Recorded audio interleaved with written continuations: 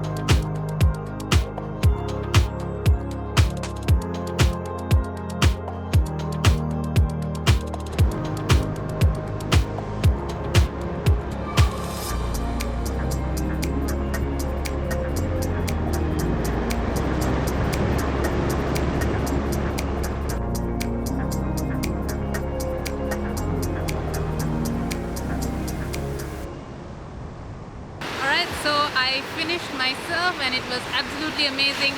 I started off a little scared and towards the end I wanted to go back for more and more. I stood on the board a couple of times and the waves here at the Weligama Bay are amazing for people like me who are beginners. Soft, smooth, they go straight in. There are barely any rocks at the bottom, it's just sand, you can't injure yourself. It's amazing for beginners, I have to stress on that. So if you want to start surfing, definitely come to Weligama and get one of the teachers. They're all really awesome. Lucky is superb, so maybe you could ask for him as well. And yeah, have a go. Full body workout, beautiful sunset as well. That was just one chapter of Sri Lanka's wonders. For more unique stories, explore the Shenelle Ventures travel guide.